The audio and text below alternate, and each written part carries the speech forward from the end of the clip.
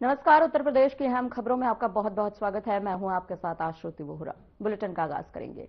प्रधानमंत्री नरेंद्र मोदी ने महाराष्ट्र के वरिष्ठ नेता अजय पवार के आकस्मिक निधन पर गहरा दुख व्यक्त किया। उन्होंने कहा कि श्री पवार जनता से मजबूत संबंध रखने वाले नेता थे। वे महाराष्ट्र की जनता की सेवा में हमेशा अग्रिम पंक्ति में रहे और एक परिश्रमी व्यक्तित्व के रूप में भी सम्मानित थे। प्रधानमंत्री ने उनके प्रशासनिक कौशल और गरीब व वंचित वर्ग के सशक्तिकरण के प्रति प्रतिबद्धता को विशेष रूप से याद किया। उनके असामयिक निधन को अत्यंत दुखद और आघातपूर्ण बताते हुए पीएम ने उनके परिजनों और समर्थकों के प्रति हार्दिक शोक संवेदना व्यक्त की है।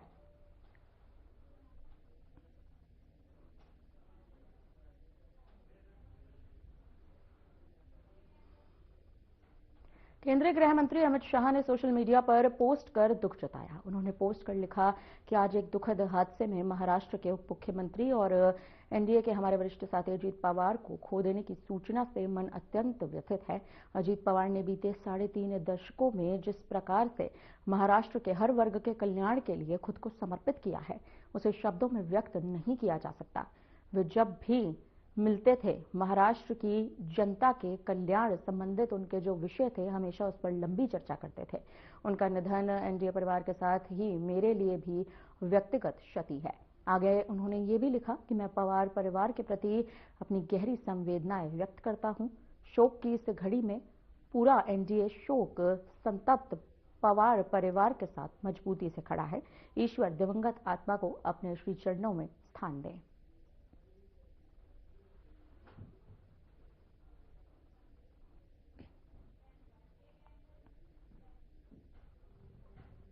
यूपी के प्रदेश अध्यक्ष पंकज चौधरी ने सोशल मीडिया पर पोस्ट करके दुख जताया। आपको बता दें कि उन्होंने साफ तौर पर लिखा कि आज बारामती हाईवे अड्डे पर इमरजेंसी लैंडिंग के दौरान हुई दुर्भाग्यपूर्ण विमान दुर्घटना में एनसीपी चीफ एवं महाराष्ट्र के उप मुख्यमंत्री अजीत पवार सहित अन्य लोगों की मृत्यु का समाचार अत्यंत दुखद एवं हृदय विदारक रहा। अजीत पवार की असामयिक मृत्यु महाराष्ट्र और भारतीय राजनीति के लिए एक अपूरणीय क्षति है। इस कठिन समय में मैं शोकाकुल परिजनों के प्रति अपनी गहरी संवेदनाएं व्यक्त करता हूं। आगे उन्होंने ये भी लिखा कि ईश्वर से प्रार्थना करता हूं कि दिवंगत आत्माओं को अपने श्री चरणों में स्थान दे एवं शोकाकुल परिजनों को इस अथाह दुख को सहने की शक्ति भी प्रदान करें।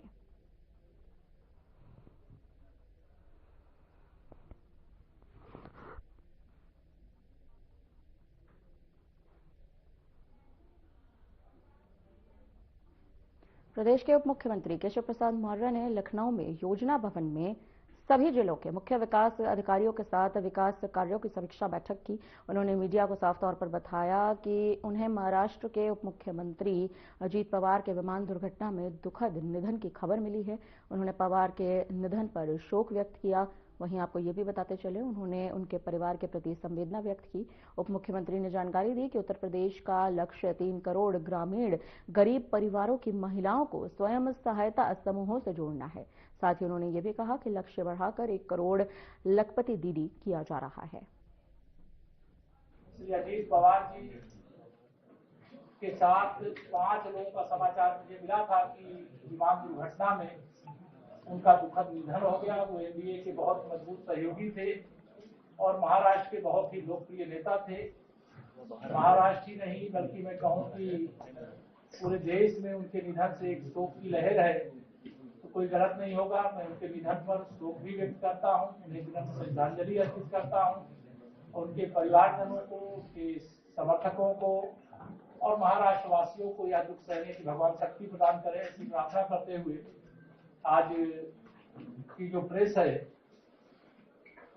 वह आज प्रदेश के सभी मुख्य विकास अधिकारियों की 1 दिवसीय समीक्षा बैठक और कार्यशाला का आयोजन किया गया। इसका एक ही लक्ष्य है कि अभी हमारे समूह के साथ 1 करोड़ से अधिक दीदियां तो जुड़ी हुई हैं, लेकिन अब इस लक्ष्य को हम लोगों ने बड़ा किया है कि उत्तर प्रदेश चूंकि देश का सबसे बड़ा प्रदेश है, यहाँ 25 करोड़ की आबादी है और इस 25 करोड़ की आबादी में से 3 करोड़ जो हमारी गांव में गरीब परिवारों में महिलाएं हैं, उनको समूह की दीदी के रूप में जोड़ने का काम किया जाएगा। और हम लोगों ने लक्ष्य रखा था पहले कि हम उत्तर प्रदेश में 30 लाख लखपति दीदियां बनाएंगे, वह लक्ष्य लगभग हमने पूरा कर लिया है। लेकिन आज हम यहाँ पर ये घोषणा कर रहे हैं जो 30 लाख की जगह अब 1 करोड़ लखपति दीदी बनाने का एक लक्ष्य प्रदेश के अंदर आज की बैठक में तय किया है, सबको लक्ष्य दिया गया है। हमारे समूह में जो दीदियां जुड़ी हुई हैं बड़ी सक्षम है, बहुत प्रतिभाशाली हैं, उनको अवसर मिले तो कुछ भी बड़ा से बड़ा कार्य करके दिखाने की उनकी सक्षमता है। इसलिए हम लोगों ने यह भी तय किया है कि प्रत्येक जिले में आज सभी सीडीओ को कहा है कि 100 करोड़पति दीदियां, लखपति के आगे करोड़पति दीदियां बनाने का भी एक लक्ष्य लें। हमारे पास ऐसे उत्पाद हैं, ऐसे हमारे पास ब्रांड हैं, ऐसे हमारे पास रास्ते हैं जिसके आधार पर यह लक्ष्य भी पूरा किया जा सकता है। अभी हमारे यहाँ समूह की दीदियों के द्वारा प्रेरणा कैंटीन का संचालन किया जाता है, लेकिन आने वाले समय में यह प्रेरणा कैंटीन की आकार भी बढ़ाया जाएगा और वहां पे और भी प्रकार के कैंटीन के अलावा भी जो विकास भवन हो या जिला मुख्यालय हो, वहां किसी प्रकार के उत्पाद बिकने की सुविधा है तो उसको बेचने के लिए उनको प्लेटफॉर्म उपलब्ध कराया जाएगा। हमारे प्रदेश में 826 ब्लॉक है, 826 ब्लॉक में बहुत सारे शहरी और नगरीय क्षेत्रों में आ गए और उसमें बड़ा स्पेस खाली है। तो हम लोगों ने यह भी तय किया है कि हमारे जो ब्लॉक परिसर में स्पेस खाली है वहां पे स्टॉल ढंग के बनवा करके उनको दीदियों को उपलब्ध कराने, जिससे वहां व्यापार करके कारोबार करके उनकी आमदनी में बढ़ोतरी किया जा सके। यह भी आज की इस बैठक में लक्ष्य लिया गया। एक जनपद एक उत्पाद, ये उत्तर प्रदेश की एक महत्वपूर्ण उपलब्धि है और देश ने इसको अपने मॉडल के रूप में लिया है। और अभी एक जनपद एक व्यंजन की भी लॉन्चिंग 24 जनवरी यूपी दिवस के अवसर पर माननीय गृह मंत्री जी के आगमन पर किया गया था। अब हम लोगों ने यह भी लक्ष्य लिया है कि प्रत्येक जनपद में, जैसे लखनऊ है उदाहरण के लिए, जो लखनऊ में 75 जनपद का उत्पाद, 75 जनपदों का व्यंजन अगर कोई खरीदना चाहे तो एक किसी प्लेटफॉर्म पर उपलब्ध हो। ऐसा हर जिले में ऐसी योजना बनाने के लिए और ऐसी कैंटीन बनाने के लिए, ऐसे शोरूम बनाने के लिए जहां पर ऐसे सामान उपलब्ध हो सके, यह भी आज यहाँ पर निर्देश दिया गया है। विकसित भारत और विकसित उत्तर प्रदेश, विकसित परिवार एक जब लक्ष्य होता है, हमारे सामने माननीय प्रधानमंत्री नरेंद्र मोदी जी ने 2047 जब आजादी के 100 साल पूरे होंगे तो विकसित भारत का लक्ष्य रखा है। लेकिन जिस रफ्तार के साथ देश आगे बढ़ रहा है, अभी कल ही यूरोपीय यूनियन के साथ भारत की ओपन ट्रेड डील का ऐलान हुआ है। हम तो उत्तर प्रदेश की ओर से स्वागत करते हैं और हमारा प्रयास रहेगा कि यूरोप के बाजार जब भारत के लिए खुलेंगे तो उत्तर प्रदेश के समूहों के दीदियों के द्वारा जो उत्पाद तैयार हो उसमें से भी कुछ बिकने के लिए जाए। इस प्रकार का आज हमने लक्ष्य यहाँ पे दिया है। खाद्य प्रसंस्करण विभाग, ये अनेक योजनाओं में कोई खाद्य प्रसंस्करण यूनिट स्थापित करता है तो उनको ऋण दिलाने का काम, सब्सिडी देने का काम, सोलर सब्सिडी देने का काम किया जाता है। आज मैंने सभी मुख्य विकास अधिकारियों को ये कहा है कि आप 826 विकास खंडों में 5 करोड़ की लागत वाली यूनिट स्थापित करें, जिसमें 35% सब्सिडी होगी और 90% सोलर सब्सिडी होगी और हजारों महिलाएं एक एक यूनिट से जुड़ करके आर्थिक रूप से समृद्धशाली होंगी।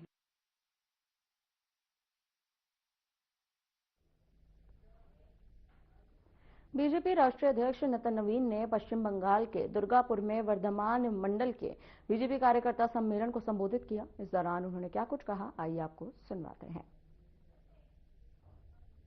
आज भारतीय जनता पार्टी के इस संभाग की बैठक में उपस्थित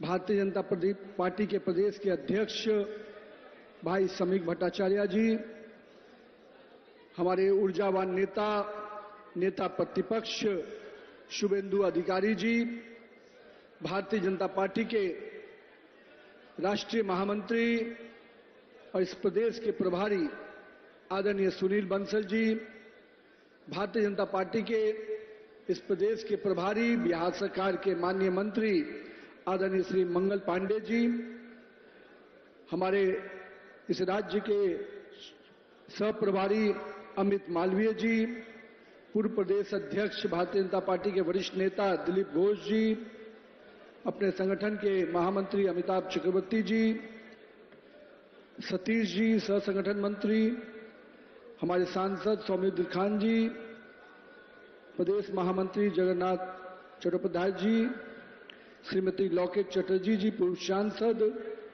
माननीय विधायक श्री लखन घोड़ाई जी, माननीय विधायक अनूप शाह जी, हमारे चारों जिला अध्यक्ष आदरणीय अभिजीत दास जी, उदय शंकर बनर्जी जी, श्याम चरण मंडल जी और हमारी श्रीमती स्मृति कन्हा बसु जी। आज का दिन हम यहाँ पर उपस्थित सभी कार्यकर्ता बंधुओं, यहाँ पर उपस्थित सभी मीडिया बंधु, भारतीय राजनीति के लिए आज का दिन दुखद है कि हम लोगों ने अपने महाराष्ट्र के लाल, वहां के डिप्टी सीएम अजीत पवार जी का आज विमान हादसे में आकस्मिक निधन हुआ है।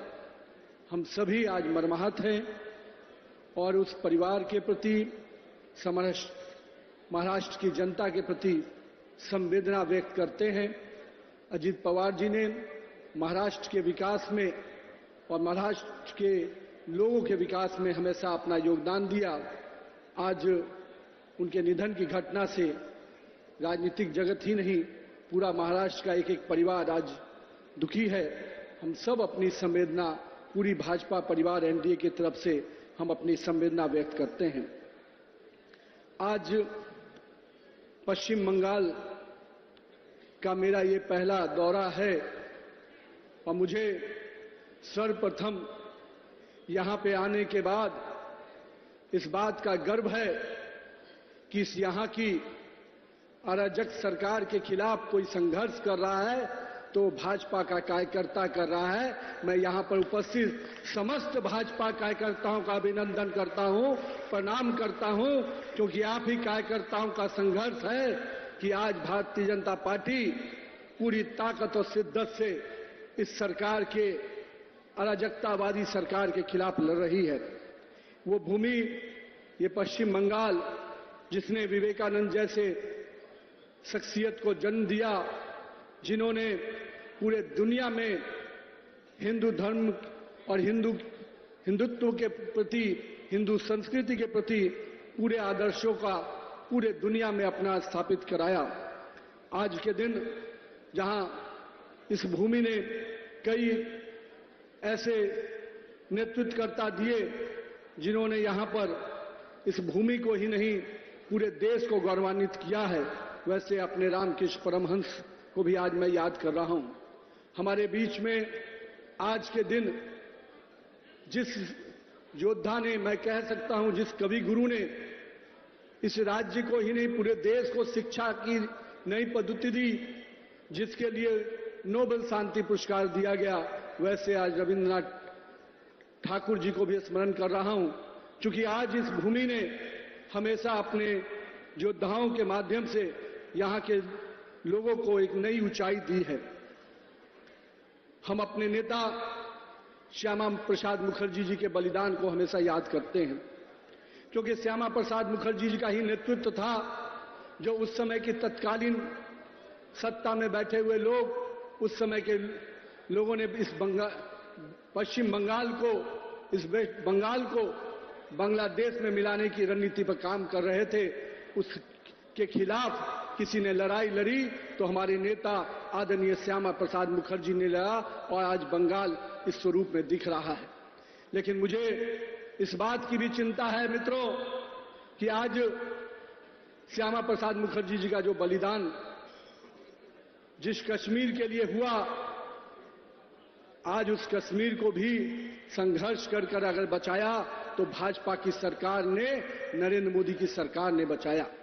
मुझे याद है 2011 का समय, इसी पवित्र भूमि से, बंगाल से हम लोगों ने युवा मोर्चा में राष्ट्रीय एकता यात्रा निकाली थी, उस कश्मीर के 370 धारा के समाप्ति के लिए। फिलहाल रुकते हैं छोटे से ब्रेक के लिए। ब्रेक के उस पार खबरों का सिलसिला जारी रहेगा।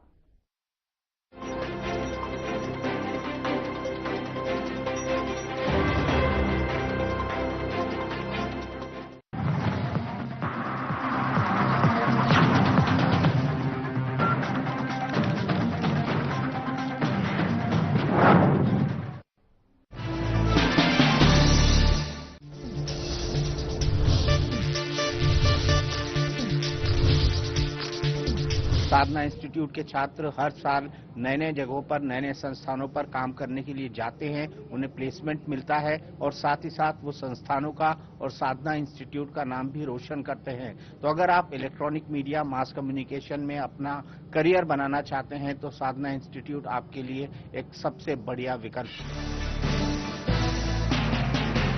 यूपी में ग्रीन मोबिलिटी को नई रफ्तार, निवेश और रोजगार के अवसर अपार। यशस्वी प्रधानमंत्री श्री नरेंद्र मोदी जी की प्रेरणा और माननीय मुख्यमंत्री योगी आदित्यनाथ जी के दृढ़ संकल्पों से उत्तर प्रदेश इलेक्ट्रिक वाहनों के विकास में अग्रणी राज्य बन चुका है। नोएडा और ग्रेटर नोएडा में ऑटो कंपोनेंट और बैटरी इकाइयों के विकास के साथ 2400 सार्वजनिक चार्जिंग स्टेशन स्थापित किए गए, जिसके परिणाम स्वरूप दिसंबर 2025 तक यूपी में लगभग 15 लाख इलेक्ट्रिक वाहन पंजीकृत हुए और वित्त वर्ष 2024-25 में यूपी में इलेक्ट्रिक वाहनों को अपनाने की दर हुई 10%। राजधानी लखनऊ में नया ईवी मैन्युफैक्चरिंग प्लांट शुरू हुआ है, जहां इलेक्ट्रिक बसें और छोटे कमर्शियल वाहन बनाए जाएंगे। आज हरित मार्गों पर 750 से भी ज्यादा ई बसें संचालित होती हैं और उत्तर प्रदेश इलेक्ट्रिक वाहनों के मैन्युफैक्चरिंग के वैश्विक केंद्र के रूप में स्थापित हो रहा है। हरित राहों पर बढ़ता प्रदेश, आत्मनिर्भर उत्तर प्रदेश।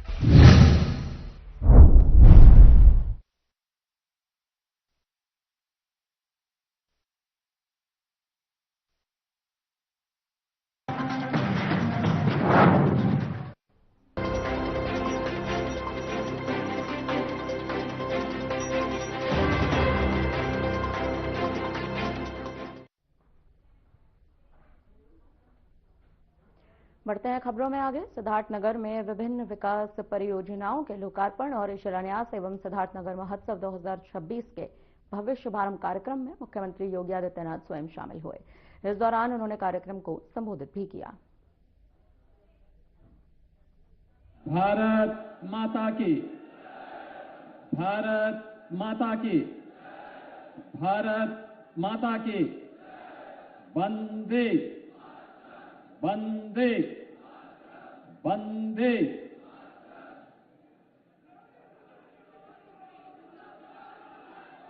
कपिल वस्तु महोत्सव के आज के शुभारंभ कार्यक्रम में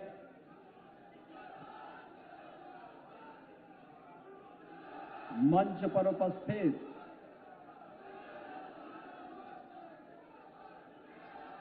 उत्तर प्रदेश सरकार में मंत्रिमंडल के मेरे सहयोगी प्रभारी मंत्री श्री अनिल राजभर जी,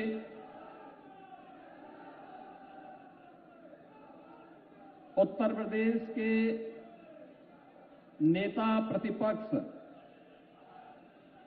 और इटवा से माननीय विधायक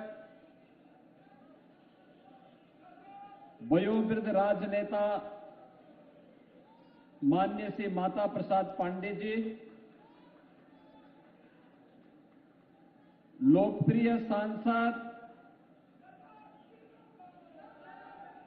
श्री जगदंबिका पाल जी, जिला पंचायत के अध्यक्ष श्रीमती शीतल सिंह जी, माननीय विधायकगण श्री श्याम धनी राही जी,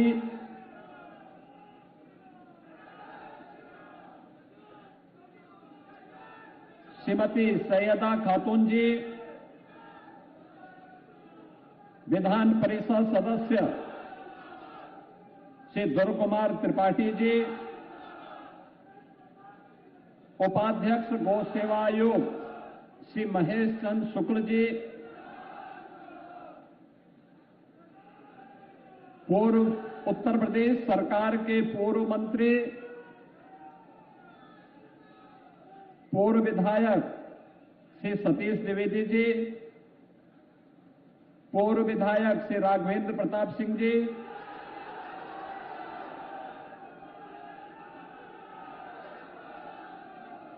नगर पालिका नौगढ़ के अध्यक्ष श्री गोविंद माधव जी,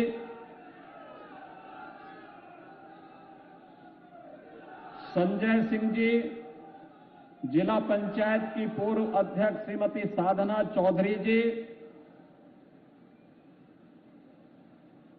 आज के इस समारोह में उपस्थित भारतीय जनता पार्टी के जिला के अध्यक्ष श्री कन्हैया पासवान जी,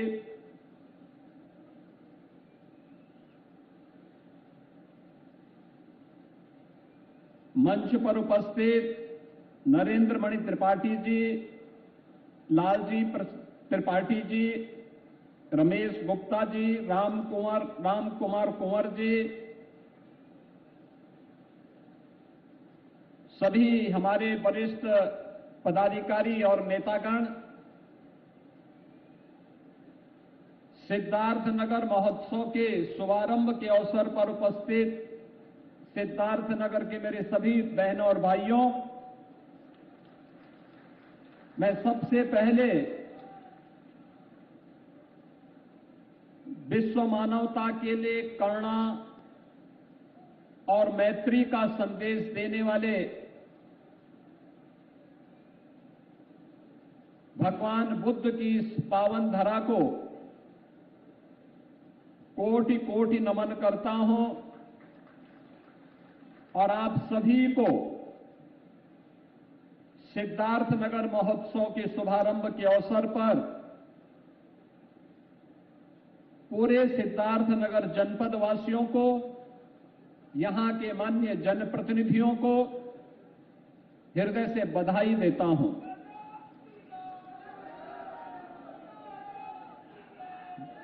बहनों और भाइयों, आज जब मैं इस कार्यक्रम में उपस्थित हुआ हूं,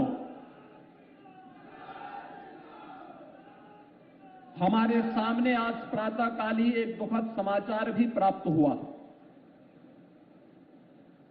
महाराष्ट्र के माननीय उप मुख्यमंत्री श्री अजीत पवार जी का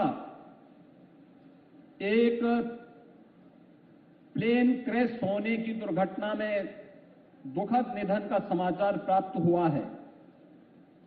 मैं इस अवसर पर स्वर्गीय अजीत पवार जी और उनके परिवार के प्रति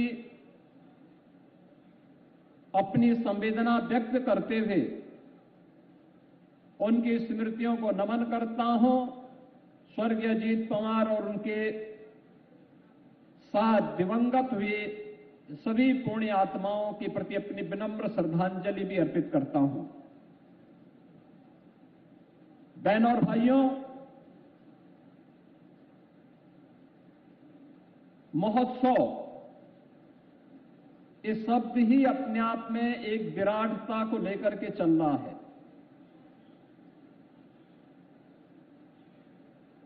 मनुष्य अपने आप में ईश्वर की सर्वश्रेष्ठ कृति है और सर्वश्रेष्ठ कृति होने के नाते उसके मन में मानवीय गरिमा, उसकी सुरक्षा और संप्रभुता का भाव सदैव बना रहता है। सर्वश्रेष्ठ कृति हमें इस बात के लिए प्रेरित करती है कि हम अच्छा करें, अच्छा सोचें, एक सकारात्मक दिशा में पहल करें, परिणाम अवश्य अच्छा आएगा। याद करिए, आज से 2500 वर्ष पहले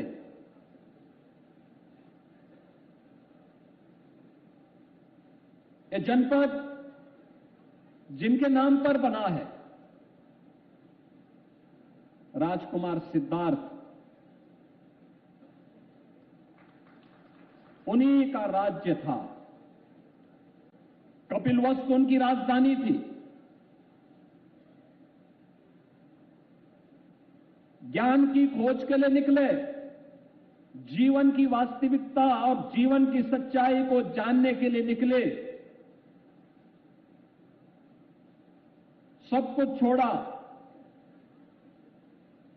गया विश्व प्रसिद्ध तीर्थ गया जी में गए, एक लंबी साधना की, ज्ञान प्राप्त हुआ, पहला उपदेश सारनाथ में दिया और सर्वाधिक चातुर्मास उन्होंने जीवन के श्रावस्ती जनपद में संपन्न किए। जीवन का जो सार था, अभी आपने थीम सॉन्ग के माध्यम से सुना, बुद्धम शरणम गच्छामि, धम्मम शरणम गच्छामि और संगम शरणम गच्छामि। यानी धर्म की शरण में जाता हूं। धर्म की शरण में जाने के लिए बुद्धम शरणम गच्छामि, बुद्धि और विवेक चाहिए।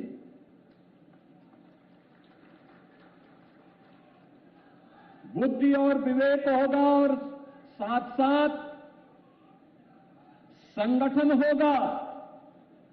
याद रखना, शक्ति असुरों के हाथों में आती है तो विध्वंस करेगा, शक्ति देवों के हाथों में आएगी तो सकारात्मक ऊर्जा से लोगों के जीवन में व्यापक परिवर्तन का कारण बनेगी। और यही तो कारण डबल इंजन सरकार भी आज आपके जीवन में करने का प्रयास कर रही है। ये किसी सरकार के द्वारा किए जाने वाले कार्य के प्रति ये हमारी कृपा नहीं है, ये हमारा दायित्व है, हमारा कर्तव्य है कि जनता जनार्दन ने जो शक्ति दी है उस शक्ति का उपयोग जनता जनार्दन के हित में बिना भेदभाव के करके दिखाएं।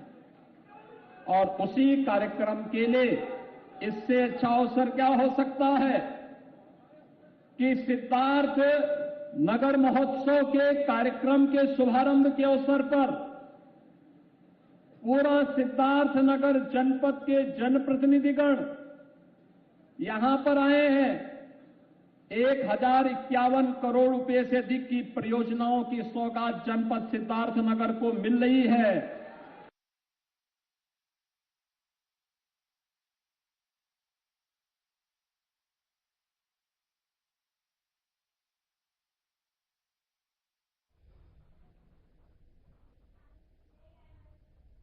फिलहाल के लिए इस बुलेटिन में इतना ही। मुझे दीजिए इजाजत। नमस्कार।